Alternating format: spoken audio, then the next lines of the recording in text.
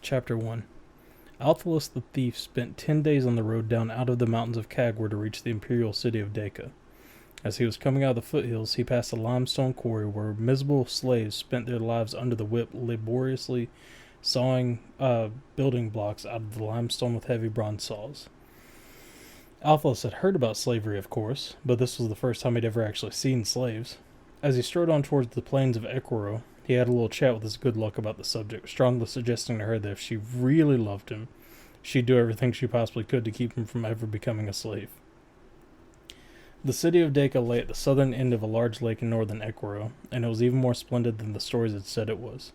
It was surrounded by a high stone wall made of squared-off limestone blocks, and all the buildings inside the walls were also made of stone. The broad streets of Deka were paved with flagstones, and the public buildings soared to the sky. Everyone in town who thought he was important wore a splendid linen mantle, and every private house was identified by a statue of its owner, usually so idealized that any actual resemblance to the man so identified was purely coincidental. Althalus was garbed in clothes suitable for the frontier, and he received many disparaging glances from passersby as he viewed the splendors of the imperial city. After a while, he grew tired of that and sought out a quarter of town where the men in the streets wore more commonplace garments and less superior expressions. Finally, he located a fisherman's tavern near the lakefront, and he stopped there to sit and listen, since fishermen the world over love to talk. He sat unobtrusively nursing a cup of sour wine while the tar-smeared men around him talked shop. "I don't believe I've ever seen you here before," one of the men said to Althalus. I'm from out of town," Althalus replied. "Oh? Where from?" "Up in the mountains. I came down to look at civilization." "Well, what do you think of our city?" "Very impressive. I'm almost as impressed with your city as some of the town's rich men seem to be with themselves." One of the fishermen laughed cynically. "You passed near the Forum, I take it." "If that's the place where all the fancy buildings are, yes, I did. And if you want it, you can take as much of my share of it as you desire." "You didn't care for our wealthy?" "Apparently not as much as they did, that's for certain. People like us should avoid the rich if we possibly can. Sooner or later it will probably be bad for their eyes." "How's that?" another fisherman asked. "Well, all those fellows in the Forum, the ones who wear fancy nightgowns in the street, kept looking down their noses at me. If a man spends all his time doing that, sooner or later it's going to make him cross-eyed." The fishermen all laughed, and the atmosphere in the tavern became relaxed and friendly.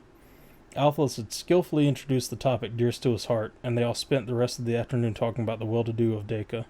By evening, Althalus had committed several names to memory. He spent another few days narrowing down his list, and he ultimately settled on a very wealthy salt merchant named Queso. Then he went to the central marketplace, visited the marble-lined public baths, and then dipped into his purse to buy some clothing that more closely fit a costume for business purposes into the current fashion of Deka. I misread that. I'm sorry. The key word for a thief who's selecting a costume for business purposes is nondescript, for fairly obvious reasons. Then Althalus went to the rich men's part of town and spent several more days and nights watching Merchant Queso's walled-in house. Queso himself was a plump, rosy-cheeked bald man who had a sort of friendly smile. On a number of occasions, Althalus even managed to get close enough to him to be able to hear him talking. He actually grew to be rather fond of the chubby little fellow, but that's not unusual, really. When you get right down to it, a wolf is probably quite fond of deer. Althalus managed to pick up the name of one of Queso's neighbors, and with a suitably business-like manner, he went in through the salt merchant's gate one morning, walked up to his door, and knocked. After a moment or two, a servant opened the door. "Yes?" the servant asked. "I'd like to speak with Gentleman Melgore," Althalus said politely. "It's on business." "I'm afraid you have the wrong house, sir," the servant said. "Gentleman Melgore's house is the one 2 doors down." Althalus smacked his forehead with his open hand. "How stupid of me," he apologized. "I'm very sorry to have disturbed you." His eyes, however, were busy. Queso's door latch wasn't very complicated, and his entryway had several doors leading off it. He lowered his voice. I hope my pounding didn't wake your master," he said. The servant smiled briefly. "I rather doubt it," he said. "The master's bedroom is upstairs at the back of the house. He usually gets out of bed about this time in the morning anyway, so he's probably already awake." "Oh, it's a blessing," Althalus said, his eyes still busy. "You said that Melgore's house is 2 doors down?" "Yes." The servant leaned out through the doorway and pointed. "It's that way, the house of the blue door. You can't miss it." "My thanks, Fred. I'm sorry to have disturbed you." Then Althalus turned and went back out to the street. He was grinning broadly. His luck was still holding him cuddled to her breast. The wrong house ploy had given him even more information than he expected. His luck had encouraged that servant to tell him all sorts of things. It was still quite early in the morning. If this was Queso's normal time to rise, that was a fair indication they went to bed early as well. He'd be sound asleep by midnight. The garden around his house was mature, with large trees and broad flowering bushes that would provide cover. Getting inside the house would be no problem, and now Althalus knew where Queso's bedroom was. All that was left to do was slip into the house in the middle of the night, go directly to Queso's bedroom, wake him, and lay a bronze knife against his throat to persuade him to cooperate. The whole affair could be settled in short order. Unfortunately, however, it didn't turn out that way at all. The salt merchant's chubby, good-natured face obviously concealed a much sharper mind than Althalus expected. Not long after midnight, the clever thief scaled the merchant's outer wall, crept through the garden, and quietly entered the house. He stopped in the entryway to listen. Except for a few snores coming from the servants' quarters, the house was silent. As quietly as a shadow, Althalus went to the foot of the stairs and started up. It was at that point that Queso's house became very noisy. The 3 dogs were almost as large as ponies, and their deep-throated barking seemed to shake the walls. Althalus immediately changed his plans. The open air of the nighttime street suddenly seemed enormously attractive. The dogs at the foot of the stairs seemed to have other plans, however. They started up snarling and displaying shockingly large fangs. There were shouts coming from upstairs, and somebody was lighting candles. Althalus waited tensely until the dogs had almost reached him. Then, with an acrobatic skill he didn't even know he had, he jumped high over the top of the dogs, tumbled on down to the foot of the stairs, sprang to his feet, and ran back outside. As he raced across the garden with the dog snapping at his heels, he heard a buzzing sound zip past his left ear. Somebody in the house, either the deceptively moon-faced Queso himself or one of the meek-looking servants, seemed to be a very proficient archer. Althalus scrambled up the walls, the dog snapped to his heels, and more arrows bounced off the stones, spraying his face with chips and fragments. He rolled over the top of the wall and dropped into the street, running almost before his feet hit the paving stones. Things had not turned out the way he planned. His tumble down the stairs had left scrapes and bruises in all sorts of places, and he managed to severely twist one of his ankles in his drop to the street. He limped on, filling the air around him with curses. Then, somebody in Queso's house opened the front gate, and the dogs came rushing out. Now that, Althalus felt, was going just a little too far. He'd admitted his defeat by running away, but Queso evidently wasn't satisfied with victory and wanted blood as well. It took some dodging around and clambering over several walls, but the thief eventually shook off the pursuing dogs. Then he went across town to put himself in a long way from all the excitement and sat down on a conveniently placed public bench to think things over. Civilized men were obviously not as docile as they appeared on the surface, and Althalus decided then and there that he'd seen as much of the city of Deka as he really wanted to see. What puzzled him the most, though, was how his luck had failed to warn him about the dogs. Could it be that she'd been asleep? He'd have to speak with her about that. He was in a foul humor as he waited in the shadows near a tavern in the better part of town, so he was rather abrupt when a couple of well-dressed patrons of the tavern came reeling out into the street. He very firmly persuaded the both of them to take a little nap by wrapping them smartly across the backs of their heads with the heavy hilt of his short-bladed broadsword. Then he transferred the ownership of the contents of their purses, as well as a few rings and a fairly nice bracelet, and left them slumbering peacefully in the gutter near the tavern. Waylaying drunken men in the street wasn't really his style, but Althalus needed some traveling money. The 2 men had been the first to come along, and the process was fairly routine, so there wasn't much danger involved. Althalus decided that it might be best to avoid taking any chances until after he'd had a long talk with his luck. As he went toward the main gate of town, he hefted the 2 purses he'd just stolen. They seemed fairly heavy, and that persuaded him to take a step he normally wouldn't even have considered. He left the city of Deka, limped on until shortly after dawn, and then stopped at a substantial-looking farmhouse, where he bought, and actually paid for, a horse. It went against all his principles, but until he'd had that chat with his luck, he decided not to take any chances. He mounted his new horse, and without so much as a backward glance, he rode on towards the west. The sooner he left Ekwaro and the Dacan Empire behind, the better. He absolutely wondered, as he rode, if geography might play some part in a man's luck. Could it possibly be that his luck just didn't work in some places? That was a very troubling thought, and Althalus brooded sourly about as he rode west. Sorry, it threw me for a fucking loop for a second. He reached the city of Canthon in Triboria 2 days later, and he paused before entering the gates to make sure that the fabled, and evidently interminable, war between Canthon and Osthos had not recently boiled to the surface. Since he saw no siege engines in place, he rode on in. The Forum of Canthon rather closely resembled the forum he'd seen in Deka, but the wealthy men who came there to listen to speeches seemed not to be burdened with the same notions of their own superiority as the aristocrats of Ekrö were, so Althalus found that he was not offended by their very existence. He even went to the forum once to listen to speeches. The speeches, however, were mostly denunciations of the city-state of Osthos and southern Triboria or complaints about a recent raise in taxes, so they weren't really very interesting.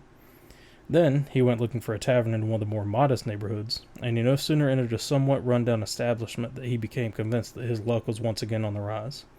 Two of the patrons were involved in a heated argument about just who was the richest man in Canthon.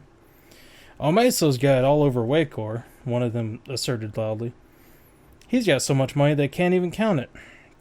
"Well, of course he has, you fool. Omeso can't count past 10 unless he takes his shoes off. He inherited all his money from his uncle, and he's never earned so much as a penny on his own. Wakor worked his way up from the bottom, so he knows how to earn money instead of having it handed to him on a platter.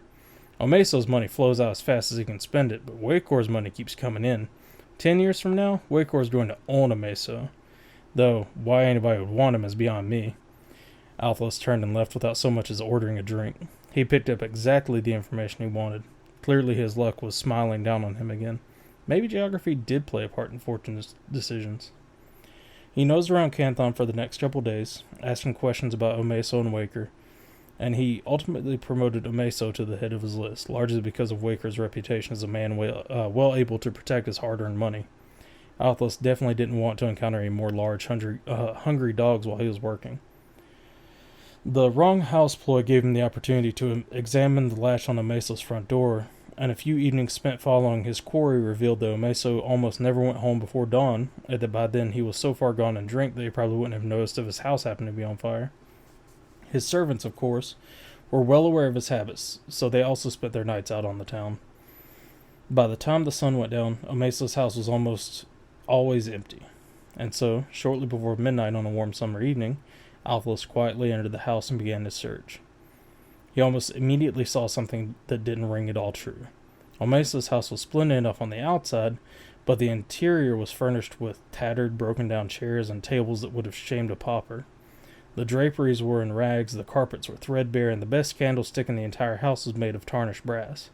The furnishings cried louder than words that this was not the house of a rich man. Omeso had evidently already spent his inheritance. Althalus doggedly continued his search, and after he meticulously covered every room, he gave up. There wasn't anything in the entire house that was worth stealing. He left in disgust.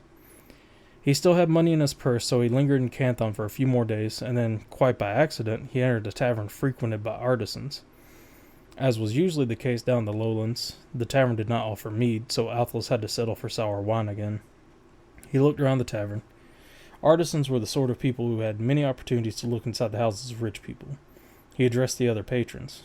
"Maybe one of you gentlemen could clear something up for me. I happened to go into the house of a man named Omeso on business the other day. Everybody in town was telling me how rich he is, but once I got past his front door, I couldn't believe what I was seeing. There were chairs in that man's house that only had 3 legs, and the tables all looked so wobbly that a good sneeze would knock them over." "Yeah, that's the latest fashion here in Canthon, friend," a mud-smeared potter told him. "I can't sell a good pot or jug or bottle anymore because everybody wants ones that are chipped and battered and have the handles broken off." "If you think that's odd," a wood carver said, "you should see what goes on in my shop. I used to have a scrap heap where I threw broken furniture, but since the new tax law went into effect, I can't give new furniture away. But our local gentry will pay almost anything for a broken-down old chair." I don't understand," Althalus confessed. "It's not really too complicated, stranger," a baker put in.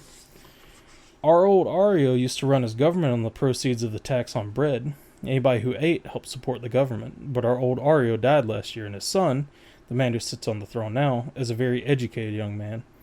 His teachers were all philosophers with strange ideas. They persuaded him that a tax on profit had more justice than one on bread, since the poor people have to buy most of the bread, while the rich people make most of the profit." "What's that got to do with shabby furniture?" Althalus asked with a puzzled frown. "The furniture's all for show, friend," a mortar-spattered stonemason told him. "Our rich men are all trying to convince the tax collectors they haven't got anything at all. The tax collectors don't believe them, of course, so they conduct a little surprise search. If a rich man in Canthon's stupid enough to have even one piece of fine furniture in his home, the tax collectors immediately send in the wrecking crews to dismantle the floors of the house. The floors? Why are they tearing up floors? Because that's a favorite place to hide money. Folks pry up a couple flagstones, you see, and then they dig a hole and line it with bricks. All the money they pretend they don't have goes inside the hole. Then they cement the flagstones back down. Right at first, their work was so shabby that even a fool could see it the moment he entered the room. Now, though, I'm making more money teaching people how to mix good mortar than I ever did laying stone block walls. Here just recently, I even had to build my own hidey hole under my floor. I'm making so much money. Why didn't your rich men hire professionals to do the work for them? Oh, they did, right at first. But the tax collectors came around and started offering us rewards to point out any new flagstone work here in town. The mason laughed cynically. It was sort of our patriotic duty, after all, and the rewards were nice and substantial. The rich men of Canton are all amateur stonemasons now, but oddly enough, not a single one of my pupils has a name that I can recognize. They all seem to have names connected to honest trades for some strange reason. I guess they're afraid that I might turn them into the tax collectors if they give me their real names. Althalus thought long and hard about that bit of information. The tax law of the philosophical new Aria of Canton had more or less put him out of business. If a man was clever enough to hide his money from the tax collectors and their well-equipped demolition crews, what chance did honest thief have? He could get in their houses easily enough, but the prospect of walking around all that shabby furniture while knowing that his feet might be within inches of hidden wealth made him go cold all over. Moreover, the houses of the wealthy men here were snuggled together so closely that a single startled shout would wake the whole neighborhood. Stealth wouldn't work, and the threat of violence probably wouldn't either. The knowledge that the wealth was so close and yet so far away gnawed at him. He decided they'd better leave very soon, before temptation persuaded him to stay. Canton, as it turned out, was even worse than Deka. He left Canton the very next morning and continued his westward trek, riding across the rich grain fields of Treboria toward Percane, in a distinctively sour frame of mind. There was wealth beyond counting down here in civilization, but those who had been cunning enough to accumulate it were also, it appeared, cunning enough to devise ways to keep it. Althalus began to grow homesick for the frontier and to devoutly wish that he'd never heard the word civilization. He crossed the river into Percane, the fabled farmland of the plains country where the earth was so fertile that it didn't even have to be planted, according to the rumors. All a farmer of Percane had to do each spring was put on his finest clothes, go out into his fields and say, "Wheat, please," or barley if it's not too much trouble, and then return home and go back to bed. Althalus was fairly sure that the rumors were exaggerations, but he knew nothing about farming, so for all he knew, there might even be a grain of truth to them. Unlike the people of the rest of the world, the Percanes worshipped a female deity. That seemed profoundly unnatural to most people, either in civilization or out on the frontiers, but there was a certain logic to it. The entire culture of Percane rested on the fields of grain, and the Percanes were absolutely obsessed with fertility. When Althalus reached the city of Magu, he discovered that the largest and most magnificent building in the entire city was the temple of Dwea, the goddess of fertility. He briefly stopped at the temple to look inside, and the colossal statue of the fertility goddess seemed almost to leap at him. The sculptor who carved the statue had quite obviously been either totally insane or caught up in the grip of religious ecstasy when he created that monstrosity. There was a certain warped logic to it, Althalus was forced to concede. Fertility meant motherhood, and motherhood involved the suckling of the young. The statue suggests that the goddess Dwea was equipped to suckle hundreds of babies all at the same time. The land of Percane had been settled more recently than Treboria or Equira, and the Percanes still had a few rough edges that made them much more like the people of the frontiers than the stuffier people to the east. The taverns in the seedier parts of Magu were rowdier than had been the case in Deka or Canton, but that didn't particularly bother Althalus. He drifted around town until he finally located a place where the patrons were talking instead of brawling, and he sat down in a corner to listen. "Druger's strongbox is absolutely bulging with money," one patron was telling his friends.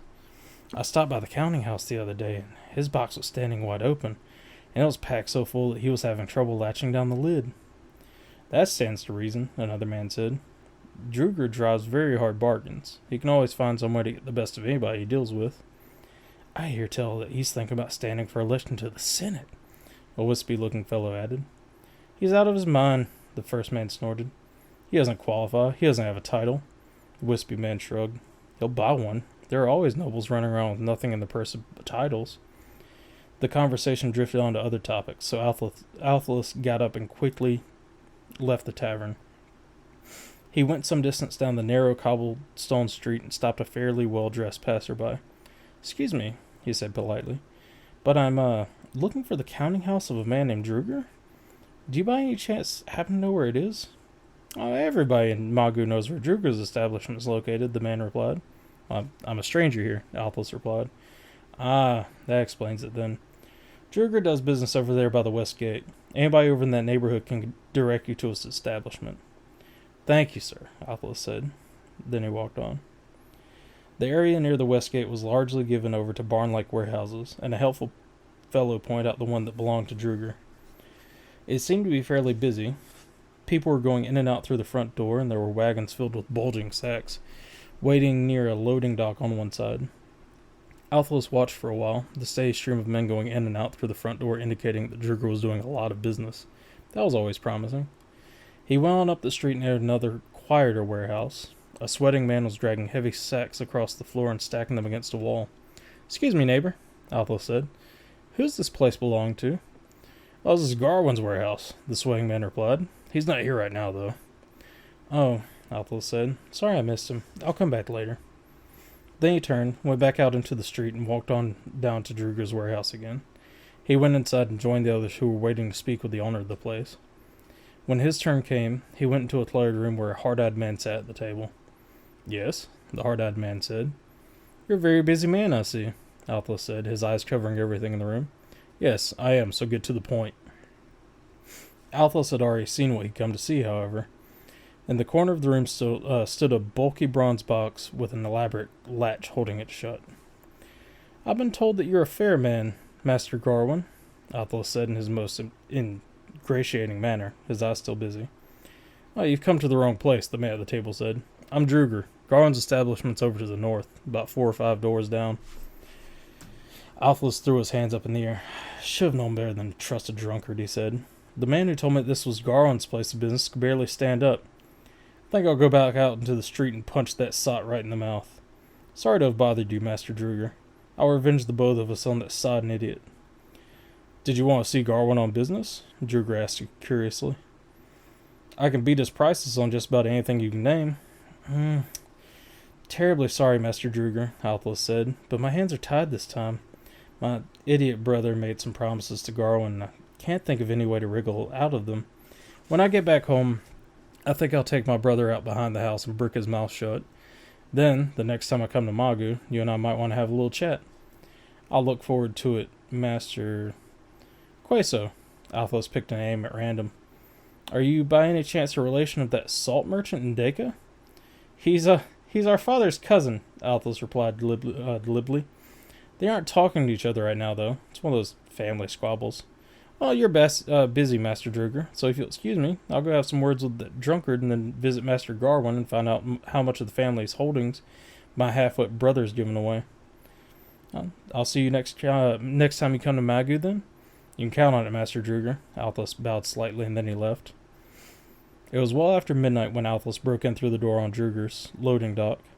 He went on silent feet through the wheat-fragrant warehouse to the room where he'd spoken to Druger that afternoon.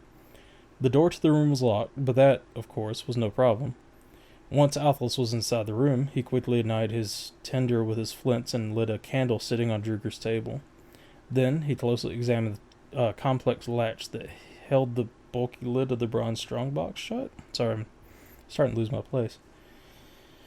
As was usually the case, the complexity had been designed to confuse anyone who might be curious about the contents of the box. Althalus was quite familiar with the design, so he had the latch open in only a few minutes. He lifted the lid and reached inside, his fingers trembling with anticipation. There were no coins inside the box, however. Instead, it was filled to overflowing with scraps of paper. Althalus lifted out a handful of the scraps and examined them closely. They all seemed to have pictures drawn on them, but Althalus couldn't make any sense of those pictures. He dropped them on the floor and dug out another handful. There were more pictures. Althalus desperately pawed around inside the box, but his hands did not encounter anything at all that felt anything like money. This made no sense whatsoever. Why would anybody go to the trouble to lock up stacks of worthless paper? After about a quarter of an hour, he gave up. He briefly considered piling all that paper in a heap on the floor and setting fire to it, but he discarded that idea almost as soon as it came to him. A fire would almost certainly spread, and a burning warehouse would attract attention. He muttered a few choice swear words, and they left.